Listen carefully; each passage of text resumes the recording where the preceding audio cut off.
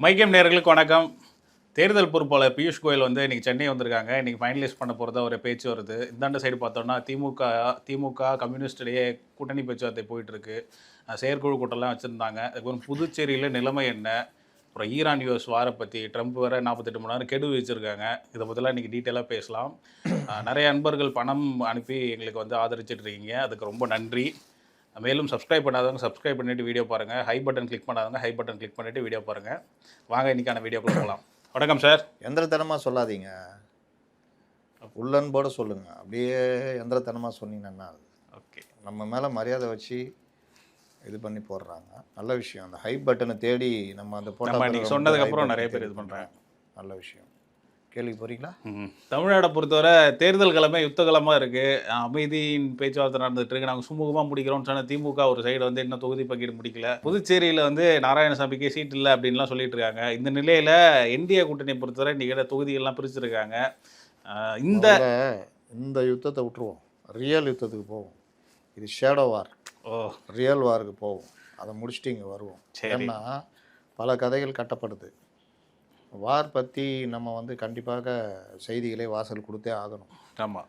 இன்றைக்கி அந்த வெள்ளிக்கிழமை பார்த்தீங்கன்னா போகிற கிட்டத்தட்ட நிறுத்த போகிறோன்ற லெவலுக்கு புஷ்ஷு இது ட்ரம்ப் பேசியிருந்தார். ட்ரம்ப் ஒரு அறிவிப்பு வெளியிடுறாரு.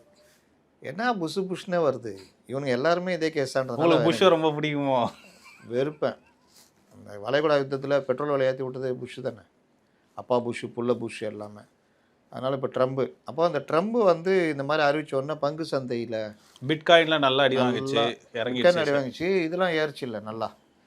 இவங்க வியாபாரின்ற புத்தியை நிரூபிக்கிறாங்க பாரு. அடுத்து உடனே மறுநாள் 48 மணி நேரம் கெடு ஆர்மோஸை இது பண்ணுங்க. ஆர்மோஸை தான் உன்னால் ஒன்றும் பண்ண முடியல தானே பிரச்சனை. அதுக்கு தானே எல்லோரும் நேட்டோவை போய் கெஞ்சினீங்க, வளைகுடா நாடுகள்லாம் லெட்டர் எழுதுனீங்க, பிரிட்டனை கேட்டீங்க, ஸ்பெயினை கேட்டீங்க, ஃப்ரான்ஸை கேட்டீங்க, யாரும் முடியாதுட்டாங்க, சைனாவை கேட்டீங்க. நீ அடித்து ஆடினாலும் எல்லாருக்கும் பிரச்சனையை நீயே உருவாக்கிட்டு பிரச்சனையை தீர்க்கலாம் வான்னா, நீ ஒதுங்கினால நாங்கள் பேசி தீர்த்துக்குவோம் ராசா. உன் கூட நாங்கள் வந்தால் எங்களை அவன் எதிரியாக தான் பார்ப்பான். ஏற்கனவே கிறுக்கு பிடிச்சி போய் கிடக்குது அவனுக்கு. இன்னும் எங்களை எதிரியாக பார்ப்பான். அது வேணாம். நீ முதல்ல முடிவு கொண்டு வா, நீ தானே ஆரம்பித்தா, முடிவு கொண்டு வா, அப்புறம் நாங்கள் பேசிக்கிறோன்ற மாதிரி. ஆர்மோஸ் வந்து ஒரு பெரிய பிரச்சனை. ட்ரம்ப் வரைக்குமே அது வந்து பெரிய அளவு பாதிப்பு. யூஎஸ்க்கு பாதிப்பு, மற்ற நாடுகளுக்கெல்லாம் பாதிப்பு. ஆனால் இவங்களை கடுமையாக பாதிக்குதுன்றது ஒரு விஷயம். அப்போ இதில் ஏதாவது முடிவு கொண்டு வர முடியுமா? அந்த கௌரவத்தை விடாமல் அப்படி என்னவா யார் இங்கே இப்போது நாங்கள் இப்படிலாம் சீனை போட்டு பண்ணலான்னா அதெல்லாம் அவங்க அதுக்கு ரெடியாக இல்லை. பேட்டா நீ ஆர்மோஸுக்கு வச்சுக்கிட்டு என்ன சொல்கிறாங்கன்னா, உங்களுடைய மின் உற்பத்தி நிலையங்களை அடிப்போம், டேரெக்டாக அடிப்போம், 48 மணி நேரத்தில் இது பண்ணலாம். நீ அடித்தேன்னா ஒன்றுக்கு எவன்லாம் உதவி பண்ணுறான் சுற்றுப்பத்தில் இருக்கிற எல்லாருடைய இதையும் நான் அடிப்பேன். இஸ்ரேலுடைய அந்த அணு ஆயுத பேஸும் அடிப்பேன், எங்கெங்கெல்லாம் அடிப்பேன்னா அடிப்பேன் அப்படின்னு ஈரானும் எச்சரிக்கை விட்டுருக்குது. இது வந்து இப்போ கடைசியாக இவர்களுக்கு பெரிய சிக்கலில் மாட்டிக்கிட்டு இருக்கிறாங்க. இஸ்ரேல் வந்து நாங்கள் அந்த மாதிரி செய்ய மாட்டோம், இது வார் க்ரைம் அப்படின்னு இன்றைக்கி தான் தெரியுதான். 160 குழந்தைகளை கொண்டபோது தெரில. அப்போ நீங்கள் வார்னா வார் உரியதோட சண்டை போடணும். பள்ளியில் போய் குண்டு போர் நெறிமுறைகள் முதல் நாளே நடந்துச்சுல்ல. அப்போ அந்த போர் நெறிமுறையை மீறி பண்ணுறது. இன்றைக்கி டெல்லவியூ தாண்டி இன்னும் 2-3 நகரங்களில் இவங்க போட்டுக்கிட்டே இருக்காங்க. ஈரானுடைய படைபலம், அவனுடைய மிசைலு, அவனுடைய ட்ரோனு, மற்ற விஷயங்களில் இவங்க தப்பு கணக்கு போட்டாங்கன்றத திரும்ப திரும்ப ஒவ்வொரு விஷயங்களாக வெளியில் வந்துக்கிட்டு இருக்குது. அப்போது நேற்று பார்த்தீங்கன்னா டிகோ கார்ஷியா தீவில் அடிக்கிறதுக்கு, டிகோ கார்ஷியா தீவு வந்து இந்தியன் ஓஷனில் இருக்குது, மொரிஷியஸ் பக்கத்தில் இருக்குது. ஆமாம். நம்மளெல்லாம் மிரட்டுறதுக்கு அங்கே ஒரு தளத்தை வச்சுருக்காரு அமெரிக்கா. அந்த காலத்துலேருந்தே அங்கேருந்து தான் 7th ஃப்ளீட்டு 71 வந்துச்சு. நம்ம பங்களாதேஷுக்கு உதவி பண்ணோம்ல இந்தியா. ஆமாம். அப்போ நம்மளை அடிக்கிறதுக்காக 7th ஃப்ளீட்டுன்னு 7 கப்பல் படை வரும். இந்த ஹாலிவுட் படத்துலலாம் ரொம்ப பெருமையாக காமிப்பாங்க. அது வந்துச்சு. அப்போ நம்ம ரஷ்யாவோட உறவு இல்லை, 7th ஃப்ளீட்டு வங்கக்கடல் உள்ளே போய்டும். நம்மளை ஏதாவது இந்தியாவுக்கு பண்ணிங்கன்னா வங்கக்கடல் அன்றைக்கி இருக்கிறவங்க யாருக்கும் தெரியாது. அதெல்லாம் ரொம்ப சின்ன பையன், ஒரு 3 வயசு 4 வயசு இருக்கும். அன்றைக்கி நைட்டு முழுவதுமே இது இருள் ஒரு டெஸ்ட்டுக்காக ஆஃப் பண்ணிட்டாங்க. ஆஃப் பண்ணிட்டு சைரனு இதெல்லாம். ஏன்னா அவன் 7th ஃப்ளீட் உள்ளே வரான்னா முதல்ல எங்கே அடிப்பான்? துறைமுக நகரம் சென்னை, விசாகப்பட்டினம், இந்த மெயினான ஏரியாஸில் தான் அடிப்பான். அப்புறம் நம்முடைய இந்த ஓரம் இருக்கிற கொல்கட்டா இதெல்லாம் தான் அடிக்கும். கோஸ்டல் ஏரியாஸ் ஃபுல்லாகவே காலியாகும். அதனால் நம்மலாம் வந்து லைட் ஆஃப் பண்ணி அந்த இதெல்லாம் பண்ணாங்க. எனக்கு அப்போ நல்லா ஞாபகம் இருக்குது அந்த இது. அந்த மாதிரி ஒரு இது பொதுமக்கள் பயந்து போய் வீடுகளில் இருந்ததெல்லாம் இருந்தது. ரஷ்யா அந்த எச்சரிக்கை விடுத்தோன்னே அவன் திரும்பி போயிட்டான். அந்த மாதிரி அந்த 7th ஃப்ளீட்டு மிரட்டுறதுக்கு கொண்டு வந்த இடம் டிகோ கார்ஷியா, மொரிஷியஸ் பக்கத்தில் இருக்குது. அங்கே 2 மிசைல் அனுப்புகிறான். அங்கேருந்து 4000 கிலோமீட்ரு. அவன்கிட்ட 2000 கிலோமீட்டர் இதுதான் இருக்குது. ஆனால் சூப்பர் சோனிக்கு ஒளியை விட 3 மடங்கு வேகம் போகக்கூடியது. அதை அவன் ஆல்ட்ரு பண்ணி அனுப்புகிறான். அப்போ அது கிட்டத்தட்ட கிட்ட வந்துடுது. அதில் ஒன்று செயலில் இருக்குது, ஒன்று அமெரிக்கன் ட்ரூப்பாக அடிச்சிடுது. இதில் பிரிட்டன்லாம் பயந்து போயிடுறான். பிரிட்டனும் அங்கே ஒரு தளம் வச்சுருக்காங்க போல. அவனுடைய இடத்துல தான் இவன் வாங்கிட்டு வச்சுருக்கான். அப்போது ஈரானுடைய வல்லமை என்னான்றது இப்போ வரைக்கும் கணிக்க முடியலன்றது தான் இவங்களுடைய இது. அவனுடைய இந்த ட்ரோன் இருக்குல்ல, ரொம்ப கம்மி விலையில் இறக்கிக்கிட்டே இருக்கிறான். உள்ளே போய் அடிச்சுக்கிட்டே இது மெசைல் வாட்டில் போய் டெல் அவிவ் மற்ற நகரங்களை அடிக்குது. இப்போ இவங்க அடித்ததுக்கு திருப்பிட்டு அடிக்கிறாங்க. இப்போ 4000 கிலோமீட்டர் தூரம் ஒரு மெசைல், பேலிஸ்டிக் மெசைல் இந்த மாதிரி இதெல்லாம் போகுதுன்னா யூரோப் கண்ட்ரிஸ் எல்லாத்துக்குமே ஒரு அச்சுறுத்தல். பயம். உன் பேஸெல்லாம் அடிப்பேன்னா யூரோப் கண்ட்ரிஸில் பேஸ் அடித்தானா அவங்களுக்கு பிரச்சனை. ஏற்கனவே இந்த வார்னால் அவங்களுக்கு பெரிய அளவில் பொருளாதார மந்த நிலை உருவாயிருக்கு. அப்போ இந்த கிறுக்கனால் இவ்வளோ பிரச்சனையா? ஒரு கிறுக்கன் இன்னொரு கிறுக்கன் அடித்து, அந்த கிறுக்கன் எல்லாரையும் போட்டு அடித்து பெரிய பிரச்சனை. ஆர்மோஸில் நீ ஏதாவது என்னை அடித்தேன்னா ஆர்மோஸ் நிரந்தரம் மூடுற மாதிரி பண்ணுவேன். ஆமாம், சொல்லி அந்த மாதிரி பண்ணால் பெரிய சிக்கல். ஆயிரக்கணக்கான அது வந்து பெரிய வளைகுடா அப்படி வந்து தானே வருது இந்த ஆர்மோஸ். அந்த படத்தை காமிச்சிருங்க. அப்போ அந்த ஆர்மோஸில் ஆயிரக்கணக்கான கப்பல்கள் அங்கே இருக்குது. முக்கியமாக எரிபொருள், கச்சா எண்ணெய், கேஸு தான். இப்போ அவங்களாம் வரணுன்னா நீங்கள் கொஞ்சம் பேச்சுவார்த்தை எல்லாம் பண்ணி தான் அதை பண்ண முடியும். இந்த திமிர்த்தனம் மிரட்டல்லாம் பண்ணிகிட்டு இருக்க முடியாது. ஏன்னா எதிரிகிட்ட எவ்வளோ ஆயுதம் இருக்குது என்ன இருக்குன்னு தெரியல. எனக்கு என்னென்னு இவர் 1 வாரத்தில் முடிச்சிடலான்னு இறங்கினார். எல்லாமே தலைகீழ இருக்குது. அப்போ பேச்சுவார்த்தை, அந்த பேச்சுவார்த்தை இப்போ மோடிலாம் பேசுகிறார். மோடி எல்லார்ட்டையும் பேசுகிறார். மற்ற தலைவர்கள் கூட அவர்கள்ட்டையும் பேசிகிட்டு இருக்காரு. அவன் அடிச்சுக்கிட்டே அவ்வளோ சண்டை போடுறான். அங்கே மெசேஜ் அனுப்பி, டேய் டெல் அவிக்கு 2 அனுப்புடா, இவனுக்கு 2 போடு, கத்தாருக்கு போடு, சவுதி அரேபியா தலைவரை நம்ம கப்பல், ஏய் அவங்க கப்பல் அனுப்பிச்சி கொடுப்பா 2 கப்பல், டேய் அங்கே போடுறான் மெசேஜில் அப்படின்னு அவ்வளோ போர் வாரலையும் நம்ம கப்பலை அனுப்பிச்சிக்கிட்டு இருக்கோம். எதிரி நாடுகளுக்கு மட்டும்தான் வந்து ஓப்பன் இல்லை, மற்ற நாடுலாம் போகலாம். மற்ற நாட்டுக்கு நம்ம வந்து ரொம்ப நட்பு நாடாக இருக்கோம். இப்போ கூட 2 கப்பல் வந்துச்சு. நமக்கு இந்த கேஸ் தட்டுப்பாடும் சரி, இந்த பிரச்சனையும் பெரிய அளவு இல்லை. நேற்று பார்த்தீங்கன்னா 125 ரூபா ஆக்கிட்டான். எங்கே? இலங்கை 25% விலை ஏற்றிட்டாங்க. நம்ம இது வரைக்கும் பண்ணல. நமக்கு ப்ரீமியம் பெட்ரோலும் இப்போ கிடைக்கிற மாதிரி வந்துச்சு. 2 ரூபா ஏற்றினாங்கல்ல. இவன் ஆயில் ப்ரைஸ் இந்த இதெல்லாம் அறிவிச்சான்ல. ஆமாம், இவர் ட்ரம்ப் அறிவிச்சார்ல. அதில் ரஷ்யாவுக்கு கொஞ்சம் லாபம் அந்த இதெல்லாம். அதனால் க்ரூட் ஆயில் கொஞ்சம் மட்டுப்பட்டுச்சு. நம்ம அந்த ஒப்பந்தத்தில் நம்மளுக்கு கொண்டு வர்றோம், அதெல்லாம் பண்ணுறோம். ரஷ்யா சைட்லேருந்து கூட 7.7 லட்சம் பேரல் அதான் வருது. அதேமாதிரி நேற்று அமெரிக்காவிலேருந்து எல்பிஜி டேங்க் ஒன்று வந்துச்சு. இந்த மாதிரி நம்ம கொஞ்சம் சமாளிச்சுட்டு இருக்கிறோம், சமாளிக்கிறோம். இது வந்து இந்தியாவுக்கு அதனால தான் காங்கிரஸ்லாம் வாயை திறக்காம மூடிக்கிட்டு இருக்கிறாங்க. இல்லாட்டி அவங்க பேசுகிற பேச்செலாம் வேறு மாதிரி இருக்கும். அவங்களுக்கு தெரியும் இதை நம்ம எந்த அளவுக்கு கையாண்டுக்கிட்டு இருக்கிறோம், எப்படி பண்ணுறோன்னு. அந்த வகையில் இந்தியா வந்து ஈரான் மினிஸ்டர்கிட்டையும் பேசிகிட்டு இருக்கிறோம். நம்ம இந்த விஷயத்தை போர் கொஞ்சம் நம்ம யோசிக்கணும் அப்படின்னு. அப்போ இது எப்படின்னா ரொம்ப பாதிப்படைச்சவன்கிட்ட போயிட்டு நீ நிறுத்துனா அவனுக்கு நம்ம மேலே கூட கோவம் வரும். அப்போ இது வந்து அவனை நிறுத்த சொல்லு, இன்னும் நிறுத்த சொல்லுன்னு அப்படி தான் போகும். அப்போ அது வரைக்கும் நம்ம சமாளிக்கிற நிலைமைக்கு வந்தாகணும். எல்லா நாடுகளுமே அது பிரச்சனை. அதனால் டிகோ கார்ஷியாவுக்கு அடித்தது எல்லாருக்குமே ஒரு பயம் வந்துச்சு. இவன் வந்து நம்மளுக்கெல்லாம் பெரிய பிரச்சனை. நமக்கு 4000 கிலோமீட்டர்லாம் தேவையில்லை. சாதா மெசேஜில் விட்டாலே போதும் நமக்கு. நம்ம தூதரகம் 2 அடிக்கிறாங்க வச்சுக்கோங்க, அமெரிக்க தூதரகத்தை, என்ன ஆகுறது? அதனால் அந்த வேலையை பண்ண மாட்டாங்க. இருந்தாலும் சொல்கிறேன். அப்போ இந்த மாதிரி பிரச்சனை இன்றைக்கி ஓடிக்கிட்டு இருக்குது. ஆனாலும் இந்த டாலருக்கு நல்லா புரிஞ்சுக்கிங்க, டாலருடைய மதிப்பு ஏறுது. அவனுக்கு பெட்ரோலில் கச்சா எண்ணெயில் பாதிப்பு இல்லை. கூடுதலாக கார்க்கில் இருக்கிறத கைப்பற்ற ட்ரை பண்ணுறான். மற்ற நாடுகளில் அடித்த அடியில் இனிமேல் டெக்னாலஜி வைஸ் மற்ற இதில் இவங்களை தொங்குற மாதிரி வந்து, அப்போ இது எல்லாமே யாருக்கு லாபம்னா இவங்களுக்கு லாபம், அமெரிக்காவுக்கு. ஆனால் நஷ்டம் என்ன? ஏகப்பட்ட செலவு. இந்த பட்ஜெட்லலாம் போட்டால் அடி உள்ள ஆரம்பிச்சிடும். இப்போ இந்த எலெக்ஷன்லாம் ஆரம்பிச்சிடும். அக்டோபர் எலெக்ஷன்னா இப்போத்துலேருந்து மாகாண இதெல்லாம் ஆரம்பிச்சிடும். அதெல்லாம் ட்ரம்புக்கு பலத்த பின்னடைவு வரும். கரெக்டாக சொல்லிட்டேன் நான் ட்ரம்ப்புன்னு.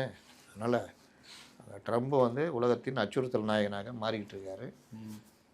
இது எல்லாருமே இந்த கிட்டத்தட்ட இந்த முடிவுக்கு வந்துட்டாங்க. இன்னைக்கு கூட பிரிட்டன்ல பேசியிருக்காரு ஆர்மோஸ் பற்றின்னு. பிரிட்டன்லாம் இறங்காது. நீ முதல்ல முடி அப்புறம் பேசுவோன்ற மாதிரி தான் வருவாங்க. தான் இன்னைக்கு வார நிலமை. இப்போ நம்ம தமிழக யுத்த காலத்துக்கு வருவோம். இந்த வாரம் பற்றி பேசுவோம். சார் இன்னைக்கு தொகுதி பிரிக்கிறதுக்காக பியூஷ் கோயல் வந்திருக்காரு. இப்போ கூட தொகுதியெல்லாம் பிரிச்சுட்டாங்க கிட்டத்தட்ட கூட்டணி கட்சிகள்லாம். நீங்கள் ஒரு லிஸ்ட்டு கொடுத்துருந்தீங்க இந்த தொகுதி இந்த கட்சிக்கு போகன்ட்டு. அதில் குறிப்பாக பாஜகவுக்கு 29ன்னு சொல்லியிருந்தீங்க. காங்கிரஸ் ஒன்று வாங்கிட்டாங்க பார்த்தீங்களான்ட்டு. இப்போ 27 இருக்குது. ஒன்று குறைஞ்சிடுச்சு. அதாவது 29 35 டோட்டலு. அதில் 29 அவங்க வச்சுக்குவாங்க.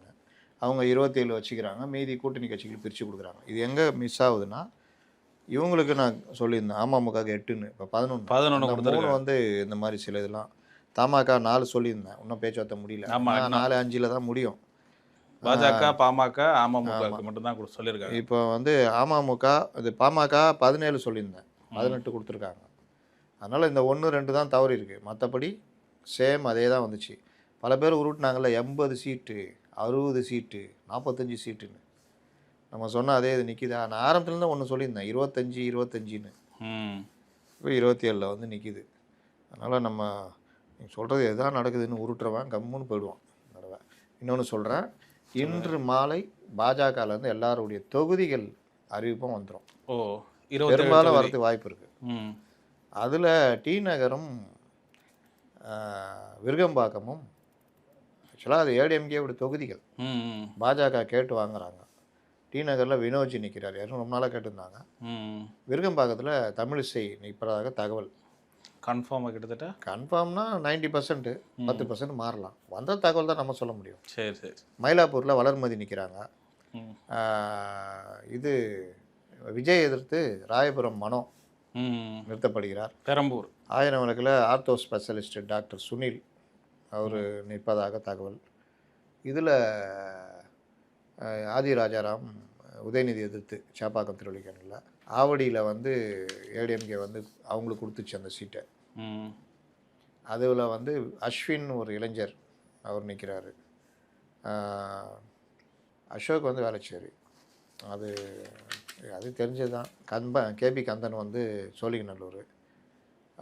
சைதாப்பேட்டை அமமுக செந்தமிழன். டி நகர் சொல்லிட்டேன். வேறு என்ன திருவள்ளுவர் சொல்லிட்டேன். எழும்பூர் வந்து அதே மாதிரி ஜான் பாண்டியன் இவங்க யாருக்காக போகணும்னு நினைக்கிறேன். இல்லாட்டி இவங்க பொற்கொடி நின்று நிற்கலாம். திருவிகா நகர் அதிமுக நிற்கலாம். ஆர்கே நகர் ராஜேஷ். குப்பன் திருவொற்றியூர். ராயபுரம் ஜெயக்குமார். அண்ணாமலை காங்கேயத்தில் நிற்பார் அப்படின்னாங்க. அப்புறம் கவுண்டம்பாளையம் கேட்குறாரு அண்ணாமலை அப்படின்னாங்க. இப்போ அண்ணாமலைக்கு நோ சீட்டே இல்லை. சீட்டு இல்லை. என்ன காரணம்? அதெல்லாம் அதுக்குள்ளே தான் அவங்களுக்குள்ள ஏதாவது நடந்திருக்கும். மத்திய அமைச்சர் எல்முருகன் அவினாசி தொகுதியில் போட்டியிடுகிறார்.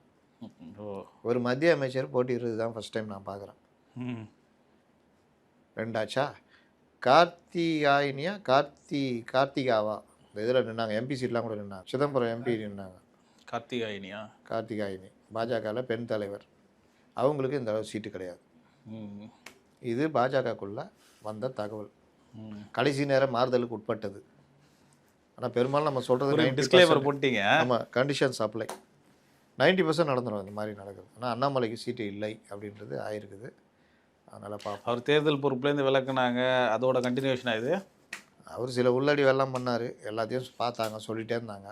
இப்போ எதோ பண்ணியிருக்காங்க. இல்லை பிரச்சாரத்துக்கு இது பண்ணுவாங்க. அதனால் எல்முருகன் ஜெயிச்சு இங்கே ஏதாவது ஆகிட்டாருன்னா அண்ணாமலைக்கு ராஜ்யசபா. சமீபத்தில் கூட அவருடைய ப்ரெஸ் மீட் எதுவும் பார்க்க முடியல. அவர் நேற்று கரூர் ஆஃபீஸ் போனார். அவரை விஜயபாஸ்கர் மாலை போட்டு சால்வெல்லாம் போட்டு வரவேற்றார். அதே மாதிரி கரூரில் பட்டியெல்லாம் பிரிக்க சொல்லிட்டாங்க.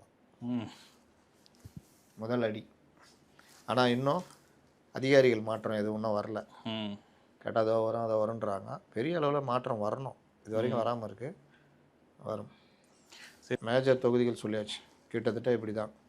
அப்போ சென்னையில் 2 தொகுதி இவங்க நிற்கிறாங்க. திருவள்ளூரில் அதிமுக நின்ற தொகுதி பாஜக வருது. மயிலாப்பூரும் வேளச்சேரியும். அதுவும் இந்த பார்லிமெண்ட் எலெக்ஷனில் நல்லா ரிசல்ட் கொடுத்த தொகுதிகள். மயிலாப்பூரில் தாவேலுக்கு எதிராக நீங்கள் பார்த்தீங்கன்னா 8 மாவட்ட செயலாளரும் எதிர்த்து நின்னது இல்லாமல் இன்னும் பலரும் எதிர்த்து நின்று நேற்று பெரிய பிரச்சனைலாம் இருக்குது நேர்காணலில். பிடிச்சி தாவேலு திட்டி விட்டுருக்காரு சிஎம். எல்லாம் குற்றச்சாட்டு வச்சுருக்காங்க. எங்களை மதிக்க மாட்டேங்கிற, என் தகுதிக்கு இப்படி சொல்லியிருக்காராம். நான் வட்டம் இருந்து பகுதியாகி மாவட்டம் ஆகி எம்எல்ஏவும் ஆகிட்டேன், என் தகுதிக்கெலாம் அவங்களாம் பேசணும் அவசியம் இல்லை, இருந்தாலும் பேசுகிறேன் அப்படின்ற மாதிரி சொன்னது பெரிய காண்டாகிட்டுக்குது எல்லாருக்கும். அதை சிஎம் எதிரிலே சொல்லிட்டுக்கிறாங்க. சொன்ன உடனே அது ஒரு பெரிய இதாகி சிஎம் இது பண்ணியிருக்காரு. யார் பொறுப்பாளர் அவனை பேச சொல்லுங்கள், அதெல்லாம் பேசியிருக்காப்புல. அதே மாதிரி பாளையங்கோட்டையில் அப்துல் வகாப்பு அவரும் திட்டு வாங்கியிருக்காரு. இந்த மாதிரி பல தொகுதிகள் ஆட்கள் பொறுப்பாளர்கள் இவங்கெல்லாம் திட்டு வாங்கியிருக்காங்க. அவர் பென் ரிப்போர்ட் வச்சுட்டு பார்க்குறாருல ஒவ்வொருத்தரையும், அந்த மாதிரி போகுது. அதனால் ஏடிஎம்கே பொறுத்த வரைக்கும் முடிஞ்சிச்சு. ஏடிஎம்கே எத்தனை தொகுதி சார் நிற்கிது? 169 வரைக்கும் நிற்கலாம். 67லேருந்து 69 தொகுதிகள் நிற்கலாம். அதனால் அவர்கள் மேக்சிமம் அவர்கள் தான் நிற்கிறாங்க. மற்ற கட்சிகள் தமிழ் மாநில காங்கிரஸ் மற்ற 4லேருந்து 5 சொன்னேன். ஓகே ஓகே, 4லேருந்து 5 வரும். ரொம்ப நெருக்கி வந்து 6 கொடுக்கறதுக்கு வாய்ப்பு இல்லைன்னு நினைக்கிறேன். ஒரு வழியாக அனௌன்ஸ் பண்ணிட்டாங்க. ஒரு வழியாலும் இல்லைங்க, அவங்க ஆரம்பத்தில் தான் ஈஸியாக தான் போய்க்கிருந்தாங்க. இவங்க தான் உட்காந்துட்டு உருட்டியிருந்தாங்க. 80 தொகுதியில் பாஜக எடுத்துக்கொண்டு எடப்பாடி பழனிசாமியை மாற்றிவிட்டு எஸ்பி வேலுமணியை முதலமைச்சர் வேட்பாளராக அறிவிச்சு, இந்த மாதிரிலாம் மூத்த பத்திரிகையாளர்னு சில பேர் ஊட்டியிருந்தாங்க. இவர்கள் சொன்ன நான் ஆரம்பத்துலேருந்து ஒரு விஷயம் சொல்கிறேன். இவர்கள் சொன்ன விஷயங்கள் ஜெல்லாவில் கூட்டணி கேட்குறாங்க, அதிக தொகுதிகளை பாஜக கேட்குறது, கூட்டணி தொகுதிகள் ஒதுக்கீட்டில் சண்டை வரும், அடிமைப்படுத்துகிறார்கள், கபலீகரம் செய்கிறது பாஜக. இது எதுவுமே நடக்கலை, ஸ்மூத்தாக முடிஞ்சிச்சு. இவர்கள் என்னென்ன நரேட்டிவ் இங்கே செட் பண்ணாங்களோ அது எல்லாம் இங்கே நடக்குது. சண்டை நடக்குதா? ஸ்மூத்தாக முடிஞ்சாலும் லேட்டாக வந்திருக்கே. எது லேட்டு? அனௌன்ஸ்மெண்ட்டு நேர்காணல் வேற யார் சீக்கிரம்? அவங்க இன்னும் இன்னைக்கு நேர்காணலே முடிக்க போகிறோம்லாம் சொல்லியிருக்காங்க. யார்? திமுக தரப்புலேருந்து. ஏங்க நேர்காணல் முடிச்சது தாங்க இது. நேர்காணல் முடிஞ்சு ஃபில்டர் பண்ணி அவ்வளோதாங்க. ஏங்க தொகுதி அறிவிச்சாங்களா அவங்க? யாருக்கு எவ்வளோன்னு இல்லை, இவங்க முடிச்சிட்டாங்க. சாரி, எண்ணிக்கை தொகுதி அறிவிச்சிருவாங்க. வேறு என்ன வேணும்? அப்புறம் அவங்க வேட்பாளரை போட்டுக்க வேண்டியதான். இதில் நேர்காணலாம் சொத்து அம்பாக்கு. இப்போ சிஎம் எத்தனா சொல்லிக்கிறாரு, தொகுதி வந்து நாங்கள் முடிவு பண்ணி வச்சுருக்கோம், சொல்கிறோம், நீங்கள் சொல்லுங்கள் உங்களை பற்றி அப்படின்னா. இப்படி தான் நேர்காணல் நடந்துருக்குது. உங்களுக்கு வாய்ப்பு கொடுத்தா என்ன பண்ணுவீங்க அந்த மாதிரி கேட்கல. தொகுதியில் எப்படி இருக்குது, எல்லாரும் ஒன்று மனப்பாடம் பண்ணி போய்க்கிறான், இந்தியனை காணாமேன்ற மாதிரி. தலைவரை இந்த எல்லாம் இதுதான் வழக்கமாக இவங்க சொல்கிறதே தவறி ஊட்டிக்கிறானுங்க. என்ன தலைவரை, இந்த மகளிர் உரிமை தொகை வந்து பெரிய அளவில் ரீச் தலைவரை, வேறு லெவலில் இதாக இருக்குது. அப்புறம் தலைவரை அந்த விடியல் பயணம் பெண்கள் மத்தியில் நல்ல வரவேற்பு தலைவரை, நான் முதல்வன் திட்டம், இது எல்லாம் பெரிய அளவில் இது. இந்த அல்வா நாங்கள் வெளியே கொடுத்துனுக்குறோம், எனக்கே கிண்டி கொடுக்குறியா? இப்படி தான் எல்லோரும் இதே தான் சொல்லிக்கிறாங்க. அதனால் ஏதாவது குறை சொன்னால் இப்போ வந்து சொல்கிறேன், வேறு எப்போ சொல்கிறது? கூப்பிட்டு கேட்டால் நீ தான் சொல்லுவாங்க. அதனால் அதே மாதிரி தான் அந்த நேர்காணல்லாம் போயிருக்குது. இங்கேயும் நேர்காணல் இந்த மாதிரி விஷயங்கள் கிட்டத்தட்ட மாவட்ட செயலாளர்கள் முக்கியமானவர்கள் எல்லாத்தையுமே சொல்லிட்டாங்க. மீதி ஆளுக்கு அறிவிக்கிறதுன்றதுலாம் போகுது. பாஜகலும் கிட்டத்தட்ட அந்த மாதிரி தான். அதனால் அங்கே ஸ்மூத்தாக முடிஞ்சிச்சு. இங்கே உள்ளதான் பிரச்சனை போயிட்டுருக்கு. தொகுதி இப்போ வரைக்கும் பார்த்தீங்கன்னா மார்க்சிஸ்ட் கம்யூனிஸ்ட் கட்சி நான் ஏற்கனவே சொன்ன மாதிரி 5 தொகுதி. இங்கே கூட செயற்குழு கூட்டம் நடத்திருக்காங்க. செயற்குழு கூட்டம், அதுதான் லாஸ்ட்டில் 5 தொகுதி வாங்குறதுக்கு 18 மணி நேரம் உட்காந்து பேசுவீங்க. ஆனால் அன்றைக்கி கம்யூனிஸ்ட் பொதுச் செயலர் பேபி வந்தப்பெல்லாம் வந்து 6 தொகுதியை தான் மெயின்டைன் பண்ணுற சொல்லி எல்லாம் சொன்னதாக. அது காலைல வரைக்கும் அப்படியே சிஎம்ஏ கூப்பிட்டாருன்னு 6 நாங்கள் போனோம், ஒரு 5 தான், அவங்களுக்கே 5, உங்களுக்குன்னு 5 தான், என்ன சொல்கிறீங்கன்னொன்னா மறுபடியும் என்ன பண்ணுறது? தலைவரை நான் போய் பேசிட்டு வரோம், பேசுறதுன்னு பிறந்த கட்சியாக நீங்கள் போங்கன்னு அனுப்பிச்சி விட்டாங்க. இங்கே வந்து உட்காந்து பேசி இங்கே வந்து முடிவெடுத்து பாஜக உள்ளே வந்துவிடும், மதசார்பற்ற சக்திகள் காக்கப்பட வேண்டும், மதச்சார்பின் பாதுகாப்பு அப்படின்னு. இந்த கர்மாந்திரத்துக்காக 5 சீட்டுக்காக அவ்வளோ உருட்டுனீங்க. இதுக்கு நாள் சிபிஐ ஒத்துக்கிட்டு போச்சே, அது மாதிரி பாஜக உள்ளே வந்துடும், அதுன்னு ஒத்துக்கிட்டு போக வேண்டியதானே. என்ன பிரச்சனைனா உள்ளே என்ன நடக்குதுலாம் போட்டு வெளுத்து விட்டாச்சு. அதுக்கு ஒத்துக்கிட்டு போனாலும் அவங்களுக்கு பிரச்சனை. இதில் பெரிய ரோஷம் மாதிரி காமிச்சிக்கிட்டு வேறு சில இதை வாங்கிட்டு போவாங்க. இவ்வளோ தான், உங்களுக்கு தான் முடிஞ்சிச்சு, உங்கள் கதையெல்லாம் முடிச்சு விட்டாங்க. அடுத்து திரும்ப ஃபிசிக்கே புலம்புனாரு. அவருக்கும் 6 தானே? ஆமாம், மற்றவங்களாம் 5, உங்களுக்கு மட்டும் 6 கொடுத்துருக்கோம். ஏங்க ஏற்கனவே 6 தாங்க, ஏற்கனவே எல்லாருக்கும் 6 தான், 5 ஆகிட்டோமா? உங்களுக்கு மட்டும் இந்த தடவை 6. ஆனால் 8 வரையும் போகலாம் அப்படின்ற ஒரு தகவல் சொன்னீங்க. 8 வரைக்கும் அவர் கேட்குறாரு. ம். அது வேணால் கொடுத்துட்றோம். 2 பேரை திமுகவில் சேர்த்துருங்க. ஆல்ரெடி எல்லாரும் திமுக தாங்க இருக்காங்க. இல்லைங்க உதயசூரியன் சின்னத்தில் நிற்க வைங்க. ஓ அப்படி சொல்கிறீங்களா அப்படின்னு. அடுத்து யார்? அந்நியார். தேமுதிக நீங்கள் ஏதோ ப்ரெஸ் மீட் வச்சு கார் நான் வாங்குவேன், எனது உரிமை கார் வாங்குவதெல்லாம் சொன்னாங்களாம்மா. தப்பு இல்லையா அப்படின்னு. காரை வச்சுட்டு யார் ஃபோட்டோ போட்டது? ஃபோட்டோ போட்டதுனால தானே விமர்சனம் வருது. எந்த கட்சி தலைவராக போடுவாங்களா கார் முன்னாடி நின்றுட்டு மேட்ரிக்ஸ் படம் மாதிரி இது மாதிரிலாம்? தேமுதிக உள்ளே வந்ததுக்கு அப்புறம் தான் அந்த கூட்டணியில் வந்து எண்ணிக்கை குறைக்கிறது அதெல்லாம். ஒருவேளை தேமுதிக வரலன்னா இவங்க கேட்குற தொகுதி இப்போ இருக்குமோ? தேமுதிக வருது போதெல்லாம் அது அப்புறம் கதைங்க. உங்களுக்கு அடையாளத்தை கொடுத்தது மக்கள் நல கூட்டணி கட்சி. அதான் அதை காரணம் காட்டி தானே சொல்கிறாங்க. இப்போ கூட்டணியில் கட்சிகள் அதிகமாக இருக்குது அதனால தான் குறைக்கிறோம் அப்படின்னு தானே சொல்கிறாங்க. ஆமாம் அதுதான் சொல்கிறாங்க. ஆனால் தேமுதிகக்கு எவ்வளோ கொடுக்கணும் அப்படி பார்த்தா? தொகுதி கட்சியுடைய அடிப்படை இதுதானே. தேமுதிக போன சட்டமன்ற தேர்தலில் எவ்வளோ ஜெயிச்சாங்க? 0. மார்க்சிஸ்ட் கட்சிக்கு நீங்கள் என்ன சொல்கிறீங்க? 6 கொடுத்தா 2 ஜெயிச்சிங்கன்றீங்க. அப்படி பார்த்தா 30% அவங்க ஜெயிச்சிக்கிறாங்க. இவங்க 0%. இவங்க 6 கொடுத்ததுக்கு 5 ஜெயிச்சிக்கிறாங்க.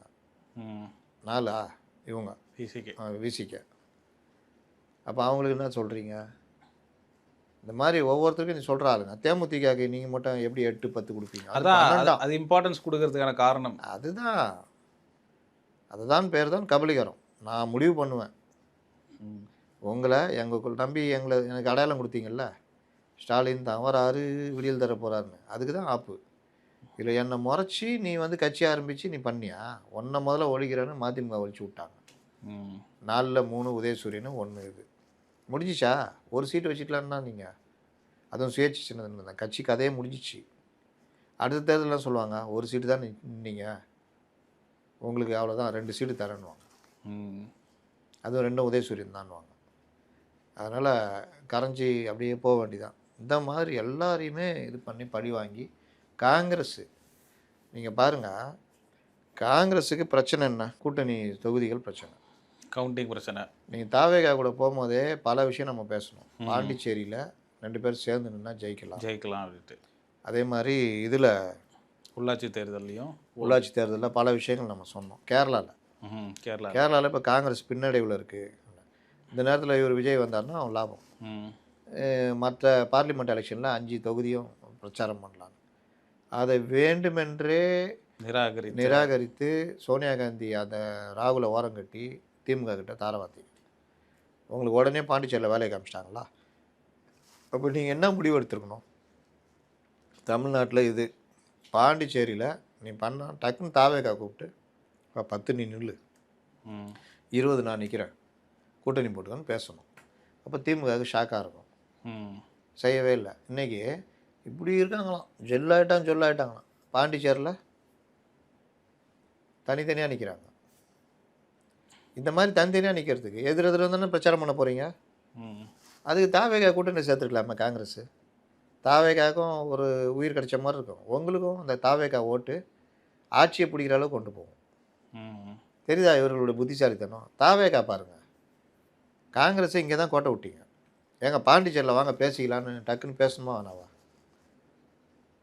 நாங்கள் 10 நிற்கிறோம், நீங்கள் 20 நில்லுங்க, இல்லை ஆளுக்கு 15 நிற்போம், யார் அதிகமாக ஜெயிக்கிறோமோ இது இல்லையா கூட்டணி ஆச்சு அப்படின்னு பேசி நிற்கணுமா வேணாவா? இவருடைய புத்திசாலித்தனம்லாம் தெரியுதா? இப்போ இவங்க எல்லாம் தனித்தனியாக நின்னா யாருக்கு லாபம்? திமுக தனியாக, திமுக அங்கே ஓட்டே கிடையாது. 8% 7% அது பெரிய விஷயம். காங்கிரஸ் தனியாக, தாவேகா, இவர்கள் பிரிக்கிற ஓட்டில் யாருக்கு போய் சேரும்? என்டிஏக்கு போய் சேரும். அவ்வளோதான். மீண்டும் என்டிஏவை ஜெயிக்க வைக்கிறாங்க. இதுதான் இவர்களுடைய அரசியல் அறிவு. திமுகவும் இதில் கோட்டை விட்டுச்சு. சரி சார், இந்த கம்யூனிஸ்ட் கட்சியை பொறுத்தவரை வந்து பெரம்பூர் தொகுதி மேலே ஒரு கண் வந்திருக்கு. பெரம்பூர்லாம் கிடையாதுங்க. பெரம்பூர் வந்து ஜோயல் நிப்பாட்டுறாங்க. இல்லாட்டி அவங்க மறுபடியும் கேட்டுட்டு இருக்காங்களே. அதெல்லாம் கேட்கல, இவங்க பத்திரிக்காரங்க உருட்டுறது.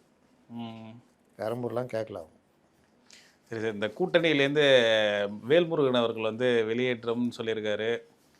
எப்படி இப்போது தாவைக்கா கூடயும் கூட்டணி இல்லை அப்படின்ட்டாங்க. என்டிஏ சைட் போகிறதுக்கும் வாய்ப்பு இல்லை. அவர் என்ன தான் பண்ண போகிற, அவரோட நிலைப்பாடு என்ன? அவர் பேசி திமுகவில் வரதுக்கு ட்ரை பண்ணுவார். திரும்பவும் செக் வச்சார்ல, நீங்கள் அமைச்சர்கள் அதிகாரிகள் யாரும் என்ன பண்ணாங்க, நான் தக்க சமயத்தில் பேசுவேன், ப்ரெஸ் மீட்டில் கொடுப்பேன், அவங்களுக்கு கொடுக்குற ஒரு சிக்னல். எப்பா என்ன இப்போ சொல்லிட்டேன், என்ன கோச்சிக்கிற வா, அதெல்லாம் வாப்பா பேசிக்கலாம் அப்படின்னு கடைசி நேரம் மாறுதல் கூட ஏற்படும். மறுபடியும் உள்ள வரதுக்கு வாய்ப்பு இருக்குது.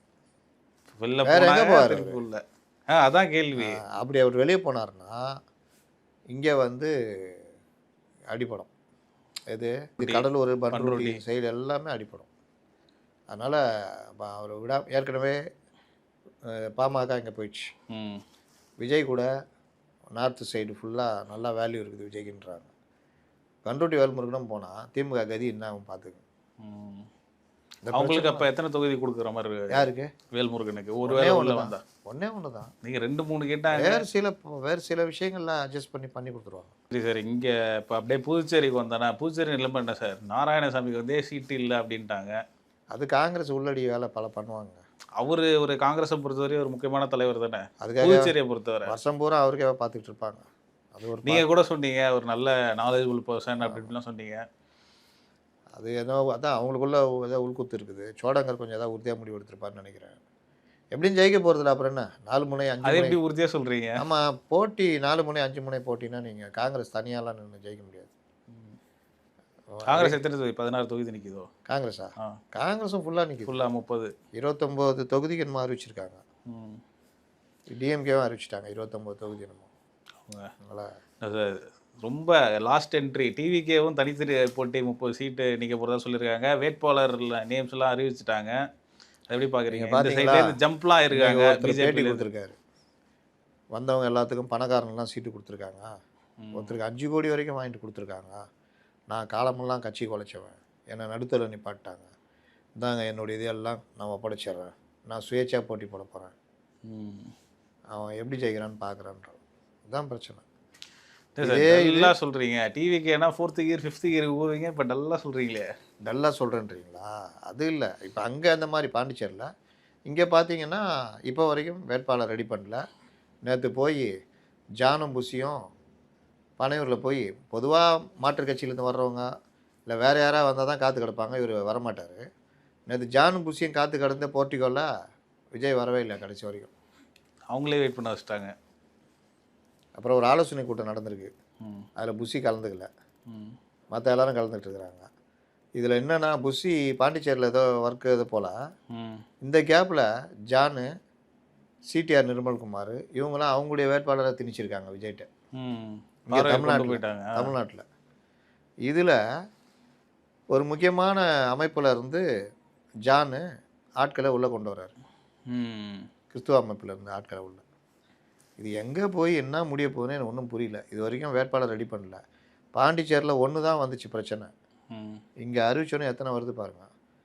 கொஞ்சம் வேட்பாளர் அறிவித்து வேலையை ஆரம்பிக்க சொல்லிட்டாங்க. வேலை இதில் இன்னொரு ஜோக் என்னென்னா, நாளைக்கோ நாளைக்கோ எல்லா வேட்பாளரையும் கூப்பிட்டு விஜய் நிற்க வச்சு ஃபோட்டோ எடுத்து கொடுத்துருவாங்களாம். அந்த ஃபோட்டோவை கொண்டு போய் வச்சுக்கின்னு பிரச்சாரம் பண்ணணுமா? எப்படி நல்லா இருக்குல்ல அவங்களுடைய ஸ்ட்ராட்டஜி? அப்போ என்ன ஸ்ட்ராட்டஜியா? இயலாமை. அப்போ டெய்லி பிரச்சாரம் பண்ண வருது என்னாச்சு? கிராமமாக வருவேன்றதுலாம் என்னாச்சு? அப்போவே கிண்டல் அடித்தோம். 36,000 கிராமம் இருக்குதியா, வாயில் முடிஞ்சிடும். முதலமைச்சர் ஆனதுக்கப்புறம் தானே அவர் சொன்னார். முதலமைச்சர் ஆனவுன்னு. அப்போ இப்போ என்ன சொன்னார்? அறிவிக்கிட்டோம். எஸ்ஓபிலாம் எங்கே போகுது பாரு. தேர்தல் ஆணையம் தேர்தல் தேதி அறிவிச்சோன்னே என் தலைவர் பார் தடை அதை உடைன்ட்டு வெளியே வருவார்னு வந்தார். மும்பைக்கு வந்தார். அதே ஒரே நீ என்ன கலர் ட்ரெஸ் போட போகிற, நான் இந்த கலர் ட்ரெஸ் போட போகிறேன், நீயும் அதே கலரில் போட்டு வா. ஆனால் ஒன்றா வந்தால் அந்த தடவை ரொம்ப திட்டுறானுங்க, நீ தனியாவா நான் தனியாவா. என்ன சார் தாவேக்கான மட்டும் ஃபேஸ் அப்படியே பிரைட்டாக, நீங்கள் ஏன் தாவேக்கான மட்டும் ரொம்ப கொதிக்கிறீங்க? இல்லை கேட்குறேன் நான். இப்போ இவ்வளோ நாள் நார்மலாக பேசிகிட்டு இருந்தீங்க. நீங்கள் தான் கொஞ்ச நேரத்துக்கு முன்னாடி டல்லாக பேசுகிறேன்னு சொல்லி அதான் ஒன்று அப்படி போயிடுறீங்க, இல்லாட்டி இப்படி வந்துடுறீங்க. எப்படி ஏங்க ஏதாவது ஒன்றில் நிற்கணும். டல்லாக பேசுகிறேன்னு சொன்னீங்க, நான் ஒன்று அது பாண்டிச்சேரிங்கன்னு சொல்லிட்டு இங்கே இது பண்ணுறேன். ஒன்று பிரைட் ஆச்சுன்றீங்க. நான் சொன்னதில் ஏதாவது தப்பு இருக்கா? இங்கே பாண்டிச்சேரி தேதி இதை இம்ப்ரூவ் பண்ணுற டைமில் யாராவது மும்பைக்கு போவாங்களா? அதுவும் ஒரு வளைகாப்புக்கு போவாங்களா? இப்போது இந்த விவகாரத்தில் நான் ஏற்கனவே நீங்கள் நல்லா பார்க்கணும். நீங்கள் தாவேக்கானா மட்டும் அப்படி இப்படின்றீங்களே, நான் ஒருத்தன் தான் அவங்களுக்கு சப்போர்ட் பண்ணிக்கிட்டு இருக்கிறேன். இந்த இவங்கெல்லாம் நீங்கள் பார்த்தீங்கன்னா ட்ரோன் கேமரா வச்சு இந்த கேமரா வச்சு எடுத்தாங்க, ஷூட்டிங் கேமரான்னு. இது ஜோக் என்னென்னா, அந்த கேமரா எடுத்த அந்த டீமே நமக்கு பழக்கம். அவங்க ஏங்க சாதாரண கேமராங்க, அது சினிமா கேமராவே கிடையாது. அது உளறிக்கிட்டு இருக்கிறாங்க அப்படின்னு. இது ஒன்று. ரெண்டாவது, ட்ரோன் கேமரா வச்சுலாம் சினிமா காட்சிலாம் எடுக்க மாட்டாங்க. நான் இவங்களுக்கு சப்போர்ட் பண்ணுறேன். விஎஃப்எக்ஸ் காலையா இது? விஎஃப்எக்ஸில் அவ்வளோ கொண்டு வந்துடலாம். பாகுபலி படம்லாம் பார்த்தீங்களா? நான் இதெல்லாம் உதாரணமாக பேசுகிறேன். ஆமாம் சொன்னீங்க. அப்போ இவங்களுக்கு சப்போர்ட் தானே பேசுகிறேன் நான். ஆனால் இவங்களுக்கு ரியல் பிரச்சனை என்னன்னா அதுதான் நான் அன்றைக்கி சொன்னது தான். தடயங்களை அழித்தல். செக்ஷன் கேட்டிங்கள? செக்ஷன் பிஎன்எஸ் 238, 7 ஆண்டுகள் வரை தண்டனை. எல்லாரும் மாட்டுவாங்க. இதில் சிபிஐ நினச்சதுன்னா இந்த கேமரா பதிவுகளை அழித்ததை, சாட்சியங்களை கலைத்தல், தடயங்களை அழித்தல் இதில் கொண்டு வந்துடலாம். அது அவர்களுக்கு ஒரு சிக்கல் இருக்குது. இப்போவே நான் உஷார்படுத்துகிறேன். அது எப்படின்னு பார்த்துக்குங்க. அதே மாதிரி ஒரு வழக்கு தூசி தட்டப்படுதுனால அது இன்றைக்கி நாளைக்கு விசாரணைக்கு வந்துடும். அந்த ஜென்சி வழக்கு. இதெல்லாம் தான் இவங்களுக்கு பிரச்சனை. மற்றபடி இந்த சினிமா ஷூட்டிங் எடுத்தாங்க அதெல்லாம் சும்மா அது வெத்து. நம்ம ஜனங்க அப்படி தான் போய்கிட்டு இருக்கிறாங்க. அதனால் இவர் வந்து பெரிய அளவில்